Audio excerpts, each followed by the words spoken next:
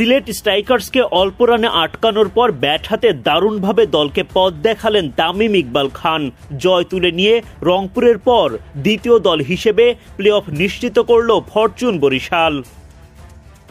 সিলেটের দেয়া ১১৭ রানের লক্ষ্যে বরিশালের হয়ে ইনিংস শুরু করতে নামেন তামিম ইকবাল ও তাওহিদ হৃদয়।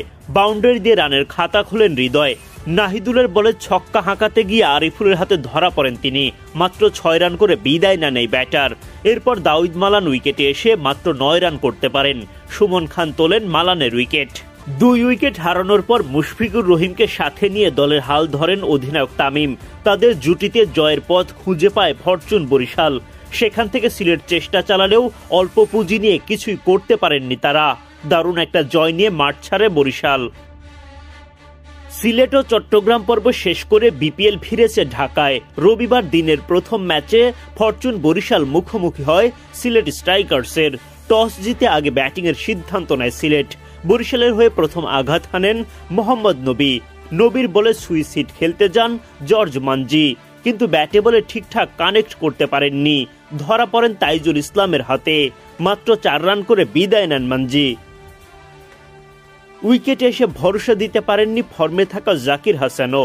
জেমস ফুলারের বলে রিশাদের হাতে সহজ একটা ক্যাচ দিয়ে ফেরেন জাকির। ৫ বল খেলে মাত্র ৪ রান করতে পারেন তিনি। ব্যর্থতার মিছিল বড় করেন রনি তালুকদার। ফাহিম আশরাফের বলে তিনি ক্যাচ দেন মোহাম্মদ নবীর হাতে। ৯ বল থেকে ৯ রান করে বিদায় ঘণ্টা বাজে রনির। ফাহিম আশরাফ নিজের দ্বিতীয় শিকারে পরিণত করেন অ্যালেনকে। তখন দৌড়ে গিয়ে চমৎকার একটা ড্রাইভে চোখ ধাঁধানো সেই ক্যাচটা নেন মাহমুদুল্লাহ রিয়াদ।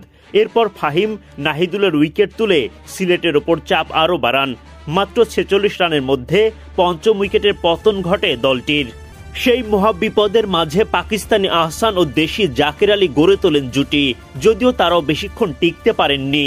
নবীর বলে রিয়াদকে ক্যাচ দেয়া আহসান করেন ২৮ রান, আর ফুলারের বলে আউট হওয়া জাকের করেন ২৪ রান।